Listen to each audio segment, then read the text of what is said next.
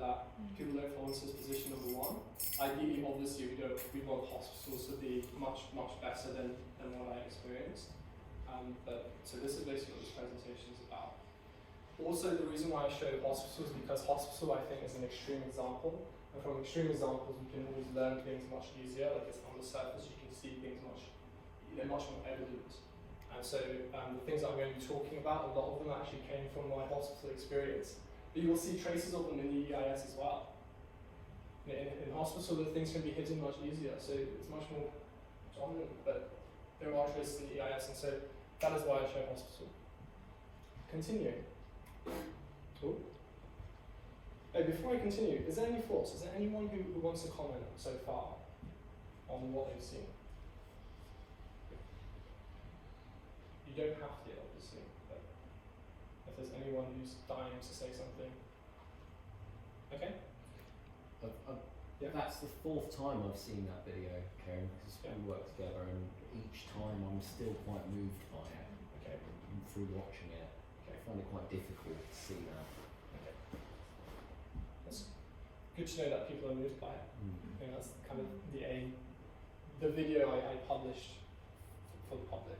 You know, I didn't want my self-image to get in the way of kind of bringing things to the open.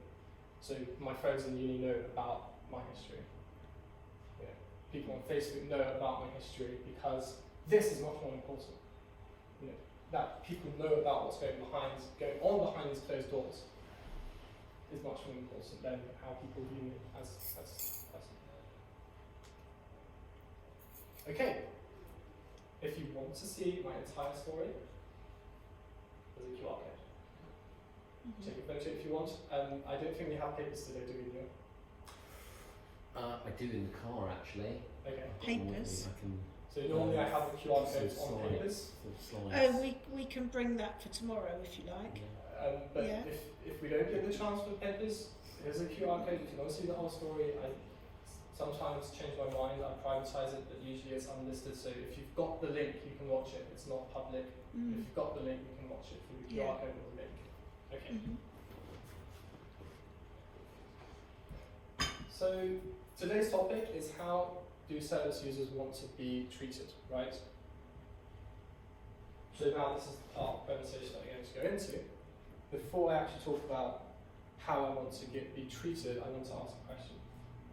What is the aim? What is your aim in knowing how I want to be treated?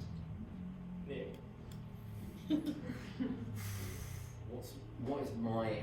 I don't think my aim really matters. Well, my aim is from a compassionate helper perspective, same as your aim, or equivalent to your aim, because your aims are going to be what help you achieve the things you want to. So my aim is to limit the amount of harm or kind of negative experiences that come because of any difficulty someone has. So yeah, in knowing how you want to be treated, that helps me help you. Okay. So giving more value to people. Yeah. Alright, I agree with that. I think that's a great aim to have. Did you have one like that? Okay. Well, because I remember kind of looking at the well, let's have a look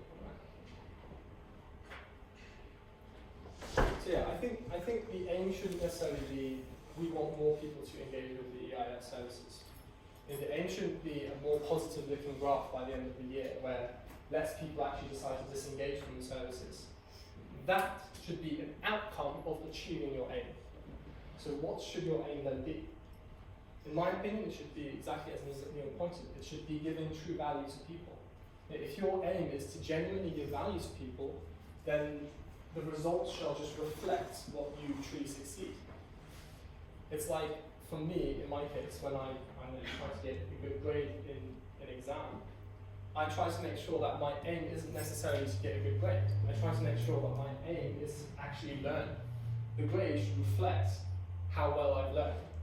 So I feel like it's important that we don't get so caught up in numbers, because sometimes that can distract us from actually achieving something that is worthwhile. You know, actually giving true value to people. So I think this is important to address. So before I actually talk to you about, well, what, my insights on how I want to be treated, I think it's important to know why are you learning this in the first place.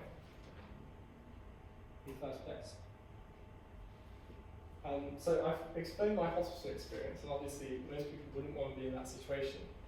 And I told you that there's elements of hospital in the EIA, there could be, right? I just want to say, like, who has had a service user want to disengage before?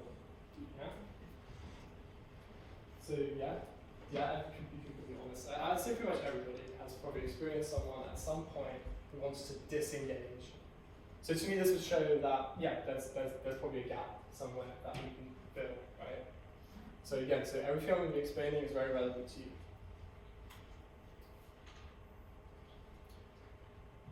So I also want to ask, why do you think people wanted to disengage? What are common reasons people usually talk about? So I think we've already mentioned that. Anyone? Because we're not offering them something they want. Sorry? Because we're not offering them something they want, we think it's going to be helpful. They want to get better themselves without the interference of services, what they perceive as the interference of services. Yeah, don't want to be part of some bureaucracy, and I think the NHS is a bureaucracy and it's a sausage factory, and you don't want to be part of it, so they reject you for that. So did you say some people are religious? No. Christian? Sorry. A sausage factory. A what factory? A sausage factory. Sausage factory. Oh, what, that? As in, it's like a conveyor belt of. Okay, that's definitely a feeling that I often sense with, especially hospital. But so are you saying that's something people want to avoid? Right, and that's why they decide to They disengage. want to be treated as individuals and recognised for their strengths and talents, and not categorised and pigeonholed and done to. They want to be part of it, and be their own, write their own story, be their own author. That's pretty much it. If you want, you can present. No, it's funny, because before I joined the EIS, I worked in acute wards and PQs for 25 years. So it's really powerful what you've shared, but I think that's obvious. I think as well that there is a consequence and impact on staff as well, because it's not to diminish your experience by any stretch of the imagination, but it's just to recognise that the people who are actually working those wards, most of them are best intentioned and well intentioned, but the machinery and the Mental Health Act and all these other pressures exist, and sometimes it becomes quite adversarial and it's against us when it never really should be. But the whole starting point, if you admitted against your wishes of resection, for example, right from the get-go, it becomes a them and us. Do you see what I mean? I think that's a good point to kind of raise here. I mean, I showed some videos that could be distressing, but I recognise that things aren't done with bad intentions. However, it can just simply be a slight misconfusion, a slight misunderstanding in our reasoning and logic of treating people that can often cause harm that we don't intend. And so today, that's kind of what I want to address, is to make us aware of kind of where do they come from. I mean, rarely do people wake up in the morning saying, today I'm going to harm people, or rarely, especially if you're in a nurse position, you rarely wake up saying, I'm so happy about going to work. So, I don't know, to harm, people don't do that, but it could be a simple misunderstanding in why you're doing things that can have an outcome of harm without you realising. And so that's what my aim is today. My aim is not to declare war on anybody here. My aim is not to make people feel guilty, it's simply to create an awareness of kind of how I feel, and for us to then be able to tackle it once we have that awareness. And to also show that it is serious, it's not fun and games. And I guess just thinking about that values discussion we were having earlier, there's it just flags up also some of those kind of challenges around trying to meet lots and lots of different perspectives and values and sets of demands all at the same time, and it's not, you're trying to kind of steer a path as an individual and as a team, and it's hard. It's hard to always get that right. checking the time, we've got 10 minutes, so I'm not going to, I'm going to try and go through the rest a bit quicker. So we talked about reasons to why people might want to disengage. So here were my reasons why I wanted to disengage. I think number one was like fear of hospital. I really did not want to go back to hospital, especially kind of seeing how horrible it was. Number two is drugs. Number three, I just didn't see any point. You know, as far as I'm concerned, I don't have any psychosis. I don't really have any problems. My life is going quite well. What's the point of me actually staying with the EIS? And the last reason I would call the defining factor is kind of, so even if other people are making psychosis my definition or my label, I didn't want that to become part of who I believe to be I am.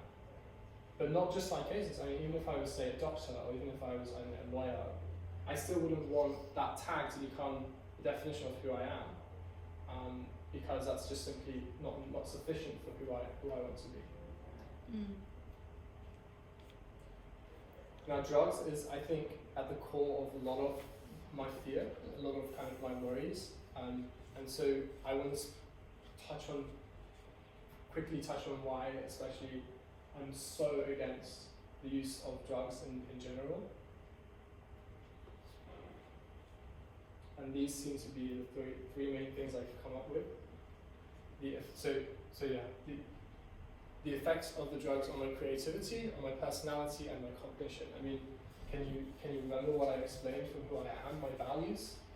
Like, for instance, which one do you think creativity is linked to?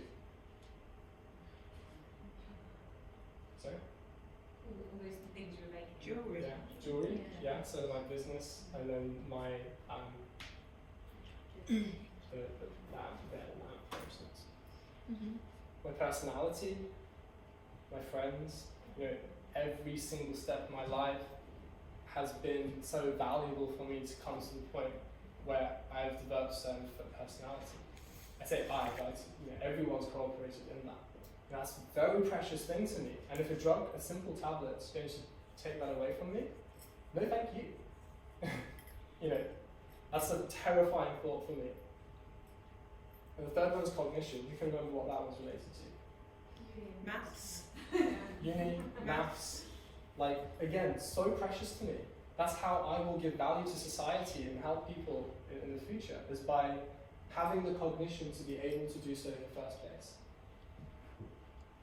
And what's very interesting is I'm assuming people didn't know about this beforehand, did they? Before the presentation. How much I valued maths, for instance. Yeah, it's shaken me seeing the presentation. Yeah. Those links. Yeah. I mean, I knew those things about you. I knew your interests, but I didn't have the links as to why the interests would have made you specifically against medication. So it's only since seeing the presentation that has become quite clear. Yeah. And I mean, it's fair enough me just talking about, well, this is the effects that I found. Why should you believe me, right? Person with some diagnostic label, psychosis. Well, this guy is actually a doctor, and he's actually been in trials of drug companies, and he's actually witnessed the way that, you know, data is skewed and used in their favour. I don't know if I have enough time to actually show the link, but Dr. Peter Breggins, that's his name,